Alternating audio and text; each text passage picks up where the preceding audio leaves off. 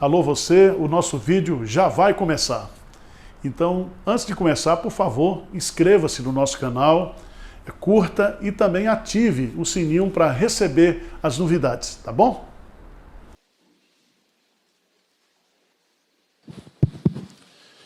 Irmãos, bom dia. Vamos abrir a palavra de Deus em Mateus capítulo 16, a partir do versículo 13 até o versículo 20. Mateus capítulo 16, versos de 13 a 20. Diz-nos assim a palavra de Deus: Indo Jesus para os lados de Cesareia de Filipe, perguntou aos seus discípulos: Quem diz o povo ser o Filho do Homem? E eles responderam: Uns dizem João Batista, outros Elias, e outros Jeremias, ou algum dos profetas. Mas vós, continuou ele, quem dizeis que eu sou? Respondendo Simão Pedro, disse: Tu és o Cristo, o Filho do Deus vivo. Então Jesus lhe afirmou: Bem-aventurado és, Simão Bar-Jonas, porque não foi carne e sangue que tu revelaste, mas meu Pai que está nos céus. Também eu te digo que tu és Pedro, e sobre esta pedra edificarei a minha igreja, e as portas do inferno não prevalecerão contra ela. Dar-te-ei as chaves do reino dos céus. O que ligares na terra terá sido ligado nos céus, e o que desligares na terra terá sido desligado nos céus. Então advertiu os discípulos de que a ninguém dissesse ser ele o Cristo. Eu quero meditar com vocês, à luz desse texto, sobre o tema a igreja segundo Jesus Cristo. É muito importante para mim e para você, que fazemos parte da igreja de Cristo, pelo menos visivelmente, que nós tenhamos um conceito do que é igreja. Não um conceito humano de igreja, não um conceito meramente teológico da igreja, mas um conceito do próprio dono da igreja, à luz da palavra de Deus. Isso é determinante, porque a gente ouve tantas opiniões acerca da igreja, a gente ouve tantas críticas acerca da igreja, a gente ouve tantas perspectivas acerca do presente, do futuro da igreja, mas nós precisamos ouvir Cristo, o dono da igreja.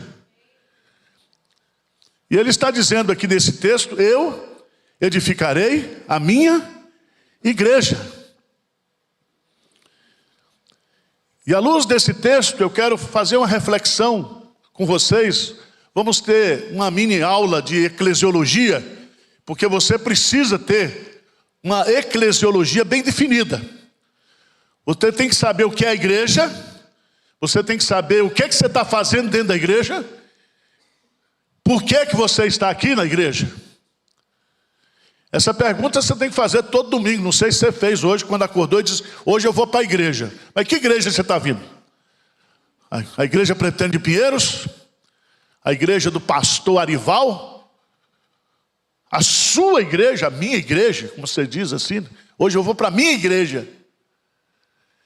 Então é necessário, principalmente nesse contexto de tantas opiniões acerca da igreja, tantas críticas acerca da igreja, que nós tenhamos um conceito bíblico. E é muito interessante porque é a primeira vez no Novo Testamento que aparece a palavra igreja. E essa palavra igreja, ela procede dos lábios do dono da igreja. Diz aí, no versículo 18, também eu te digo que tu és Pedro, e sobre esta pedra edificarei a minha igreja. Então grife aí, porque é a primeira vez em todo o Novo Testamento que vai aparecer a igreja. Vai aparecer aí nos lábios de Jesus, e no capítulo 18, quando Jesus fala de disciplina na igreja. E o que significa essa palavra? Qual é o significado etimológico dessa palavra? A palavra igreja aqui vem de um contexto grego, de um composto grego, o verbo kaleo, que é o verbo chamar, e de uma preposição ek, que significa chamar de dentro para fora. E o sentido dessa palavra no contexto grego, no contexto que Jesus a usou, significa uma reunião de pessoas que são chamadas de um determinado lugar para outro lugar. Em outras palavras, o que é a igreja? A igreja é um grupo de pessoas que se reúnem, pessoas essas que foram chamadas, que foram convocadas. Aquela linguagem que Paulo usa, que Pedro usa lá, em 1 de Pedro, capítulo 2, que diz que nós antes não éramos povo, mas agora somos povo de Deus. Fomos chamados das trevas para a sua maravilhosa luz. Então, o que é a igreja? A igreja é um povo que se reúne, um povo escolhido por Deus, um povo redimido por Cristo, um povo convertido pelo Espírito Santo, para se reunir. Abra sua Bíblia, por favor, lá em Hebreus capítulo 12, onde nós temos uma abrangência maior do sentido dessa palavra igreja. Hebreus capítulo 12, a partir do versículo 22, diz assim: mas tendes chegados ao monte Sião, a cidade do Deus vivo, a Jerusalém celestial, e a incontáveis hostes de anjos, e diz assim, e a universal assembleia. Versículo 23, lê comigo, o que diz? A igreja dos primogênitos arrolados dos céus, e a Deus o juiz de todos, e aos espíritos os justos o quê? Então veja bem, a igreja dos primogênitos arrolados o quê? Nos céus. A ideia é que a igreja, ela reúne pessoas tanto na terra quanto no céu. Essas pessoas estão arroladas no livro da vida. Essas pessoas foram compradas pelo sangue do Cordeiro. Essas pessoas foram redimidas pelo sangue do Cordeiro. Essas pessoas estão convertidas, regeneradas pelo Espírito Santo. Se você vai para os nossos símbolos de fé, a nossa confissão de fé, igreja é o povo de Deus, eleito por Deus, que se reúne na história. É o povo no sentido amplo. Por isso que o sinônimo que Jesus Cristo vai usar para a igreja aqui, em Mateus capítulo 16, você pode observar, quando ele diz, dar-te-ei a chave do reino dos céus. A palavra que ele vai usar aqui como sinônimo de igreja é reino dos céus. Você vai para o concílio de Calcedônia e você descobre que essa igreja, que reúne pessoas eleitas por Deus, redimidas por Cristo, convertidas pelo Espírito Santo, ela tem 4 marcas. Essa igreja é universal. Essa igreja é una. Essa igreja é santa. Essa igreja é apostólica ou é enviada ao mundo. Mas eu queria, a partir desse termo aqui, aprender com Jesus alguns detalhes importantes acerca da igreja. E a primeira delas que Jesus vai destacar aqui é o que eu faço para fazer parte da igreja. Como é que eu entro na igreja? Como é que eu me torno um participante da igreja? E Jesus começa aqui, no versículo 13, indo eles para o lado de Cesareia, de Filipe, perguntou a seus discípulos, quem diz o povo ser o Filho do Homem? Ele quer saber a opinião do povo. Ele está fazendo aqui um questionário de marketing, não de marketing interno, marketing externo. Ele quer saber o que as pessoas, depois de 2 anos de ministério, qual é a opinião das pessoas a meu respeito. E eles responderam, dizem João Batista, outros Elias, outros Jeremias, ou alguns dos profetas. Mas Jesus então vai para aquela pergunta que é a pergunta mais importante, que determina a minha vida na terra e no céu. Ele pergunta, mas vós, Continuou ele: quem dizeis que eu sou? Essa é das perguntas mais importantes que eu e você precisamos responder na vida. Pilatos diz: que farei deste chamado Cristo? Mas Jesus Cristo está fazendo aqui uma pergunta fundamental, é uma pergunta que eu considero a pergunta mais importante que uma pessoa pode responder nesta vida. Qual é a sua opinião acerca de Jesus? Quem você acha que Jesus é? Não é uma pergunta que você possa terceirizar, é uma pergunta que você tem que responder. E a resposta é solene, a resposta ela é pronta. E respondeu Simão Pedro, disse: tu és o Cristo, o Filho do Deus vivo. Tu és o Cristo, tu és o Messias, tu és aquele que foi prometido no Éden, no proto-evangelho. Tu és aquele que foi prometido como descendente de Abraão. Tu és aquele que foi proclamado pelos profetas, profetizado pelos profetas. Tu és aquele que na plenitude dos tempos se fez homem através de mulher.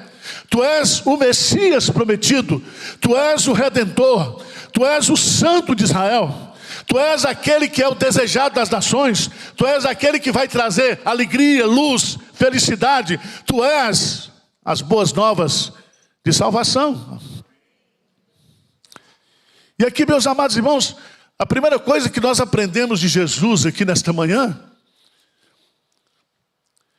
é que alguém, para fazer parte da igreja de Cristo, precisa ter um conceito correto, pessoal, a respeito de Jesus.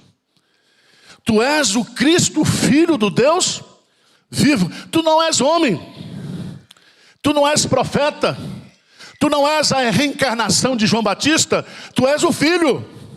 E quem vê o Filho vê o Pai. E o Pai e o Filho são um. Tu és o Filho do Deus vivo, do Deus verdadeiro, daquele que existe. Ou seja, tu não és uma projeção da minha imagem paterna, tu não és um conceito meramente humano, tu não és um conceito teológico. E é tão bonito isso, porque Jesus Cristo vai dizer aqui: bem-aventurado é Simão Bajonas, porque não foi carne e sangue que te revelaram, mas meu Pai que está nos céus. E aqui Jesus aprofunda muito mais o significado de fazer parte da igreja, porque fazer parte da igreja não é para quem quer, não é para quem deseja. Fazer parte da igreja não é assinar uma ficha de membro. Fazer parte da igreja é receber de Deus uma revelação, uma compreensão espiritual, uma iluminação espiritual. É ter a mente iluminada pelo Espírito Santo. É receber do Pai uma revelação. Meus amados irmãos, parece brincadeira hoje. Porque as pessoas dizem que são crentes, que são evangélicas, e elas não estão entendendo o que é ser crente, o que é ser evangélico. Há muitas pessoas que estão na igreja, mas não sabem por que estão na igreja. Eles acham que ser crente, fazer parte da igreja, vem no culto. E Jesus está dizendo que a maior bem-aventurança, a maior felicidade que uma pessoa pode experimentar nessa vida é receber a revelação de Deus. E essa revelação vai abrir o seu entendimento, a sua compreensão, para ele entender que Jesus Cristo é o Messias, é o Filho do Deus vivo e verdadeiro. Então entrar na igreja, fazer parte da igreja, não é para quem quer. É para quem Deus revela, é para quem Deus converte, é para quem Deus se auto-revela pessoalmente na figura de Jesus. Volta atrás, em Mateus capítulo 11, por favor. Mateus capítulo 11.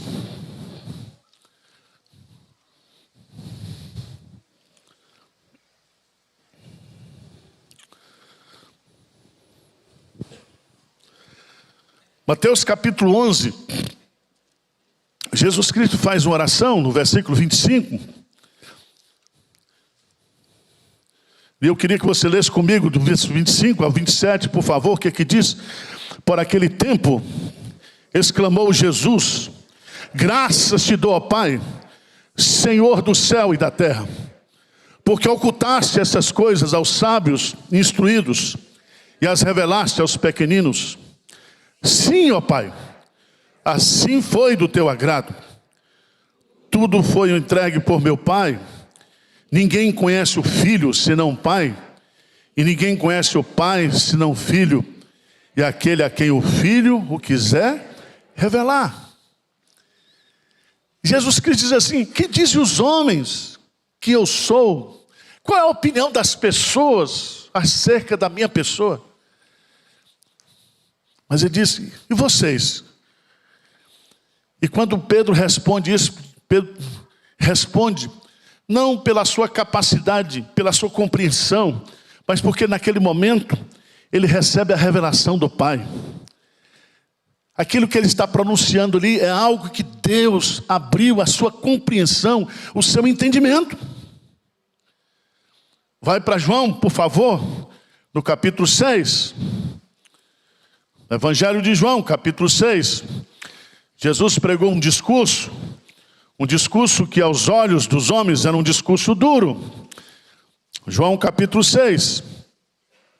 E muitos discípulos se escandalizavam, como tem muitos falsos crentes que se escandalizam hoje, porque não querem a dureza do Evangelho, não querem a seriedade do Evangelho.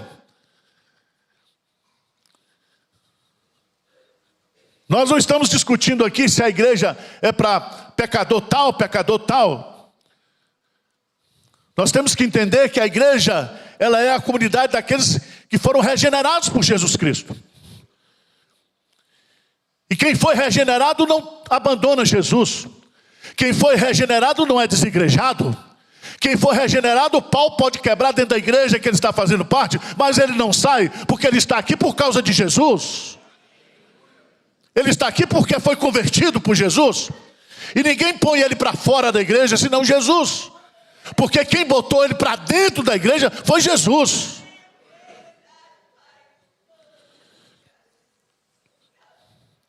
E ele diz, no versículo 65, ele prosseguiu: por causa disto, é que vos tenho dito, ninguém poderá vir a mim, se pelo Pai não lhe for o quê? Concedido. Eu estou aqui, eu faço parte da igreja, porque Deus me concedeu essa graça, esse privilégio. Eu fui a Jesus e eu entendi quem Jesus é, porque Deus me levou a Jesus. Mas é mais sério. Diz o texto no versículo 60, que muitos dos seus discípulos, tendo ouvido tais palavras, disseram: duro é esse discurso, quem pode ouvir? Jesus, sabendo por si mesmo que eles murmuravam a respeito de suas palavras, interpelou: isto vos escandaliza? Que será, pois, se virdes o Filho do Homem subir para o lugar onde primeiro estava? O Espírito é o que vivifica, a carne para nada aproveita. As palavras que eu vos tenho dito são Espírito e são vida. Contudo, há descrentes entre vós, pois já Jesus sabia desde o princípio, olha, presta atenção, Jesus sabia desde o princípio quais eram os que não criam e quem os haviam que de trair. E prosseguiu. E aí no versículo 68, vamos ler juntos? 68, 70, o que que diz? Vamos ler? O que que diz? Respondeu-lhe Simão Pedro: tu tens as palavras de vida eterna, e nós temos crido e conhecido que tu és o Santo de Deus. Replicou-lhe Jesus: não escolhi eu em número de 12, contudo um de vós é o diabo. Para quem iremos o quê? Por que que eu não saio da igreja? Por que que eu não abandono a igreja? Porque eu não apostato da minha fé em Jesus Cristo? Porque eu tenho crido e conhecido que Ele é o Cristo, Filho do Deus vivo. Então, gente que abandona a igreja é porque não é convertido. Gente que abandona Jesus é porque não passou pela experiência do novo nascimento. Ele pode ter uma crise de fé, ele pode ter momentos de dificuldades na fé, mas aquilo que é o cerne da fé, ele não perde. É como Jó no meio do seu sofrimento, onde ele está sendo aconselhado, onde ele está sendo criticado, onde as circunstâncias todas estão contra ele, mas ele diz: eu sei que o meu Redentor vive. O meu Redentor está vivo. Eu sirvo a um Cristo vivo. Eu estou na igreja por causa de Jesus Cristo.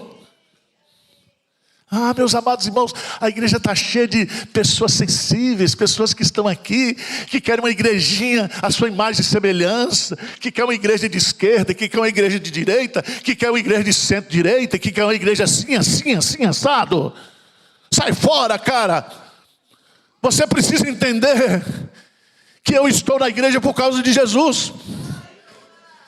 Eu não saio da igreja por causa de Jesus. Tudo que eu faço na igreja é para Jesus. Coloque isso no seu coração. Para entrar na igreja, tem que receber a revelação. Segunda coisa importante, é Jesus que está edificando a igreja. Porque essa igreja, ela está firmada na rocha. Tu és Pedro, e sobre esta pedra edificarei a minha igreja. Não é sobre Pedro, não é sobre a confissão de Pedro, é sobre este Jesus, eu estou edificando a minha igreja. A igreja está sendo edificada na rocha dos séculos, na obra de Cristo. Qual é a base da igreja? Qual é o alicerce da igreja? Jesus vai explicar, por favor, aí em Mateus capítulo 16. No versículo 21, desde esse tempo começou Jesus Cristo a mostrar a seus discípulos que lhe era necessário, não era uma opção, era necessário seguir para Jerusalém e sofrer muitas coisas dos anciãos, dos principais sacerdotes, dos escribas, ser morto e ressuscitar quando? No terceiro dia. Preste atenção, a igreja está firmada, está fundamentada nessa obra. Por isso que Jesus explica para os seus discípulos, quando eles estão olhando para o templo de Jerusalém, para o templo majestoso, ele diz: olha, em 3 dias eu vou destruir esse templo e vou construí-lo. Porque eles estavam vendo o templo físico, e Jesus Cristo está falando sobre o quê? A igreja.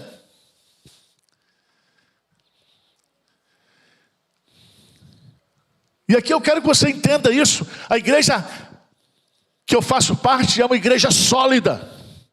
É uma igreja que está fundamentada na pessoa e na obra de Jesus Cristo. Passarão os céus e a terra, mas a igreja está firme. Está firme. Então Jesus nos ensina acerca de como fazer parte da igreja, como entrar nesta igreja. Ele fala que essa igreja está sendo edificada por Ele, sobre o fundamento que é Ele. E é tão importante isso. Eu queria que você fosse lá em Atos dos Apóstolos, por favor. Atos dos Apóstolos, no capítulo 5. Atos dos Apóstolos, capítulo 5. Eu queria que você observasse. No versículo 14, o que diz aí? Atos 5,14, o que diz? E crescia mais e mais a multidão de crentes, tanto os homens como mulheres, agregados ao Senhor. A igreja está sendo construída, está sendo edificada. E eu louvo a Deus porque a igreja de Cristo está sendo edificada aqui dentro da igreja de Pinheiros. Porque pessoas estão vindo para cá, estão sendo chamadas pelo Espírito Santo, não estão sendo agregadas à igreja de Pinheiros, estão sendo agregadas a Cristo. Porque está agregado à igreja, está agregado a Cristo. Atos dos Apóstolos, por favor, capítulo 11.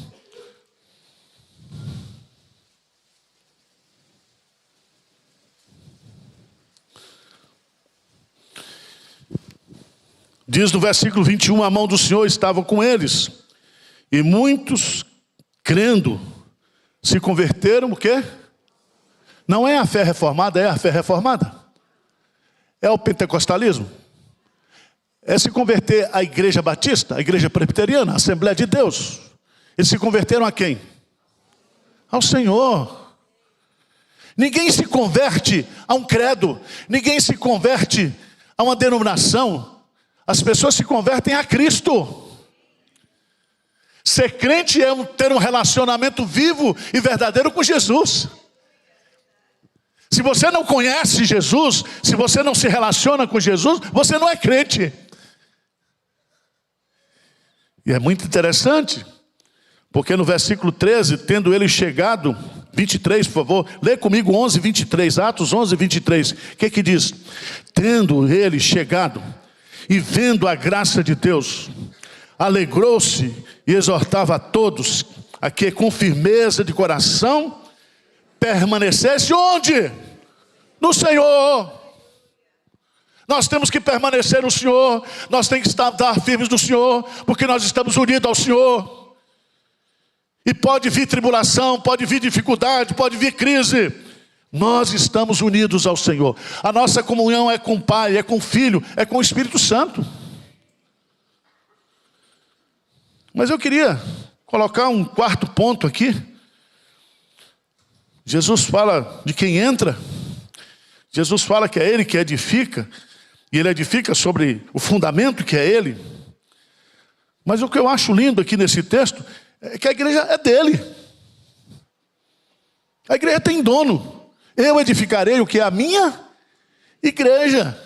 A igreja não é tua, meu irmão. A igreja não é minha. Porque nós estamos vivendo num contexto que está cheio de dono de igreja. Eu sou dono do ministério tal, da igreja tal. E agora, botar em inglês. Church Pinheiros. Está bonito agora. Tem crente que ele está na igreja servindo, ele acha que é o dono da igreja. Ele acha que ele é o dono do ministério de música, do ministério diaconal, do ministério de ensino. Preste atenção, se você é dono de uma coisa que não é sua, você é estelionatário.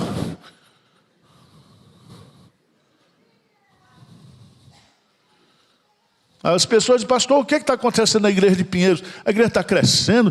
O que o senhor faz para edificar a igreja? Eu digo nada. Se eu fizer alguma coisa para edificar, eu destruo. Porque quem edifica a igreja é Cristo. Porque quem é dono da igreja é Jesus Cristo. É Ele que é dono. E eu não sei se você sabe disso, mas veja lá em Efésios. Por favor. Efésios, capítulo 5.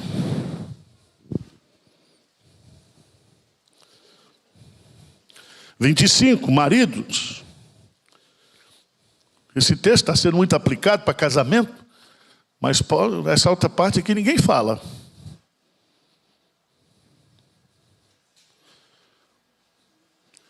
Veja que esse texto é eclesiológico. Ele diz assim, maridos, amai vossa mulher, como também Cristo o quê? Amou no passado a igreja, e a si mesmo se entregou por ela. No passado, ele amou e morreu por essa igreja. Essa igreja já está edificada, já está comprada, já está redimida. Mas ele diz, para que a santificasse, tendo-a purificado por meio da lavagem de água pela palavra. Versículo 27, lê bem forte. Para a apresentar a si mesmo, igreja gloriosa, sem mácula, nem ruga, nem coisa semelhante, porém santa e sem... Preste atenção, para apresentar a si mesmo igreja. O que significa apresentar a si mesmo igreja? É porque a igreja é o corpo e Cristo é o cabeça. Quando Jesus Cristo for apresentar a igreja, Ele vai se apresentar. A igreja é Ele.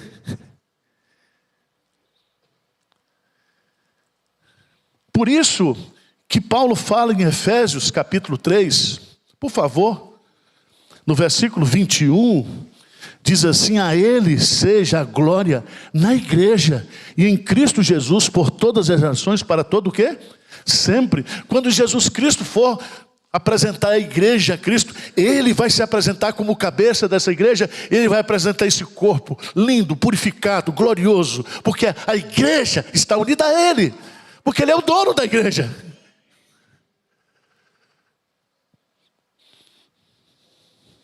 Um conselho para você: se Cristo é o corpo da igreja, para de falar do corpo alheio.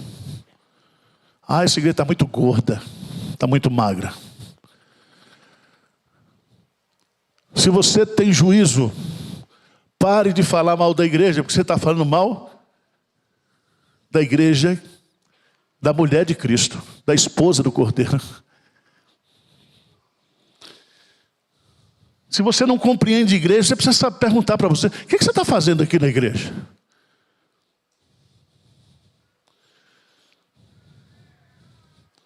A igreja, enquanto ela estiver aqui, ela é defeituosa, mas ela está sendo purificada. As rugas estão sendo tiradas. Jesus Cristo está limpando, está purificando, está santificando essa igreja, para apresentá-la, Ele, cabeça, unida a essa igreja, de forma gloriosa. Ele vai receber a glória, pelo fato dele pegar um grupo de pessoas imperfeitas, regenerar essas pessoas, transformar essas pessoas e glorificar essas pessoas. E essa igreja estará com Ele para sempre na eternidade.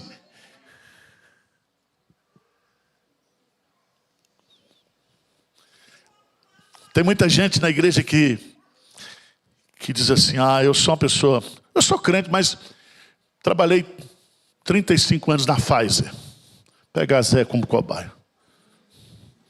E o que é a Pfizer diante da igreja?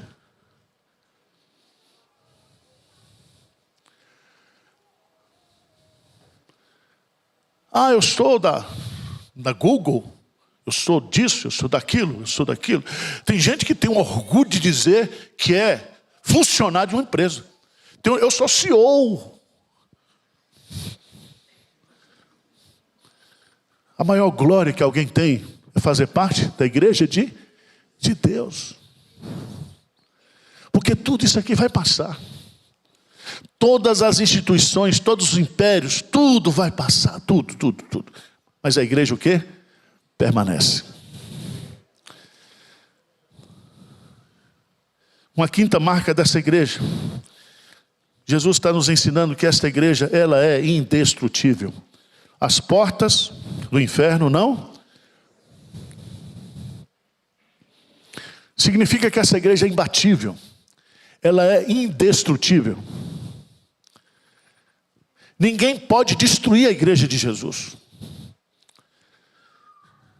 E eu quero dizer para você descansar o seu coração, porque a igreja de Cristo não está piorando. Tudo está piorando no mundo, mas a igreja está melhorando.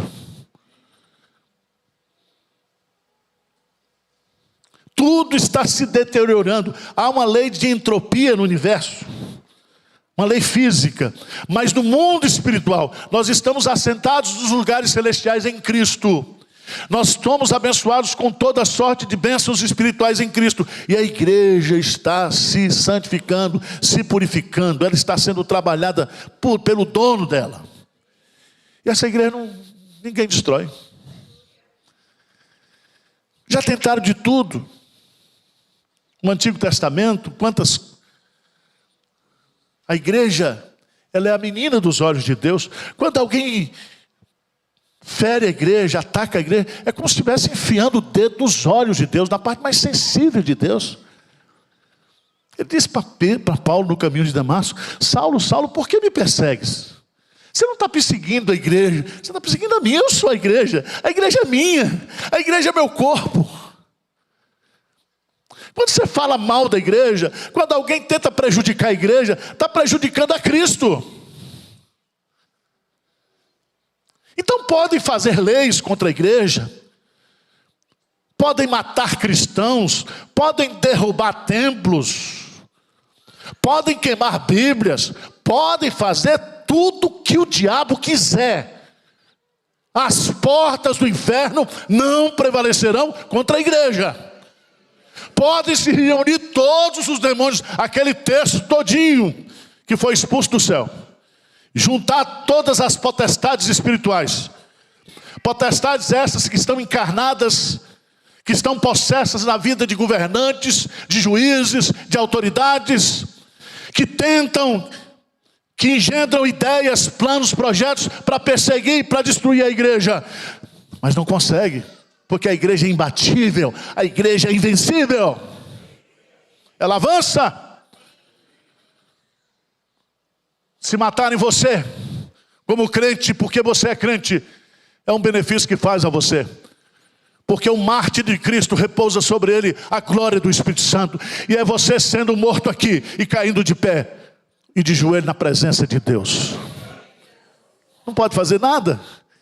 Morrer pela igreja é um privilégio, ser mártir da igreja é um privilégio, defender os princípios da igreja, sofrer pela igreja é um privilégio, é uma glória. Mas eu quero dizer, em último lugar, essa igreja, ela tem um ministério que só ela pode fazer. Não é um ministério de eletricista, porque Jesus está dando aula de eclesiologia, ele mistura, parece que ele está dando aula de engenharia, e ele diz: aquilo que ligares na terra, será ligado no céu. E o que ele está querendo dizer com isso? Ligar e desligar aqui significa que esta igreja, ela tem uma autoridade espiritual, e ela é única na terra, ela é intransferível, só a igreja tem essa autoridade, só a igreja recebeu essa chave, e a chave aqui é símbolo de autoridade. E através da pregação do evangelho, através da obra missionária, quando eu prego o evangelho e a pessoa se arrepende e se converte, essa pessoa é ligada no céu e é desligada na terra. Só a igreja pode dizer o que está lá em João capítulo 20, por favor. Evangelho de João capítulo 20.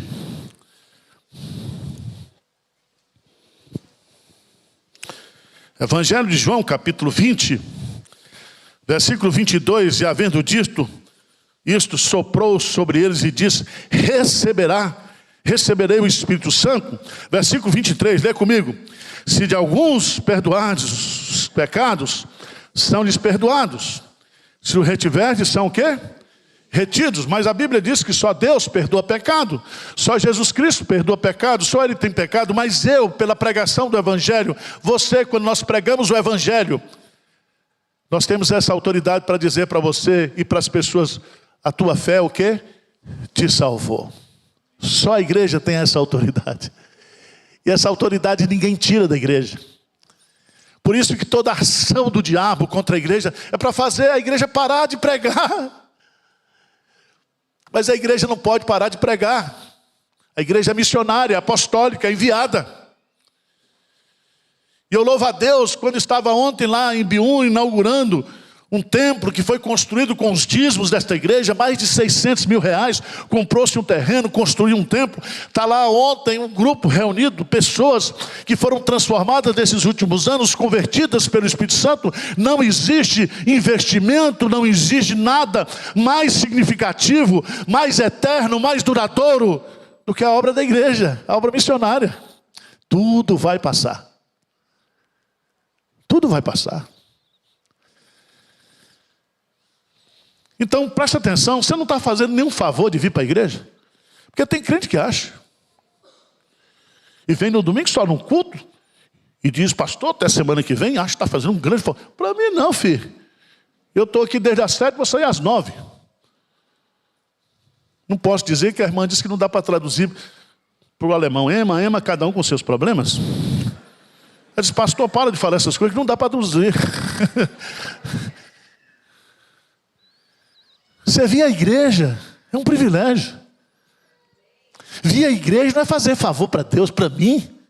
Dar um dízimo, dar uma oferta. Você está pensando que está fazendo muito? É privilégio.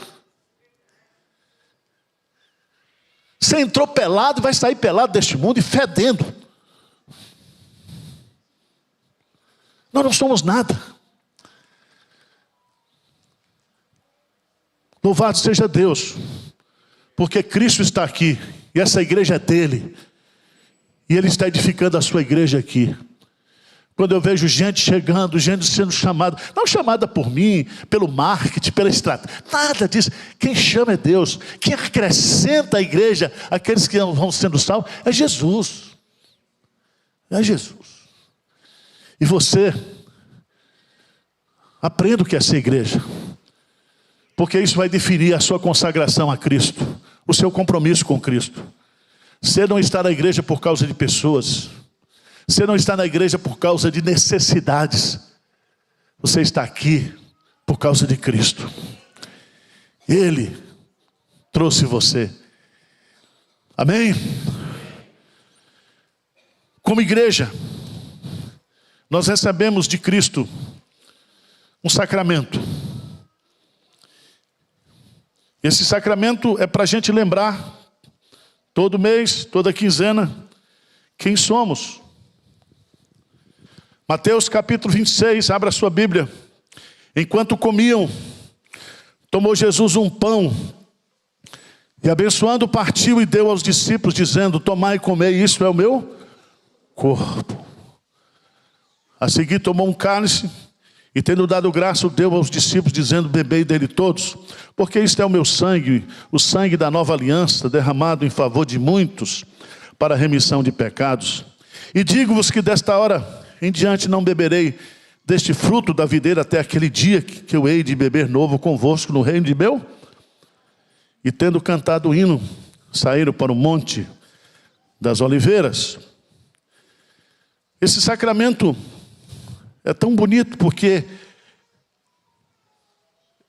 é o pão sendo partido, é o corpo sendo partido, é a vida sendo derramada para gerar vida, para sustentar a vida.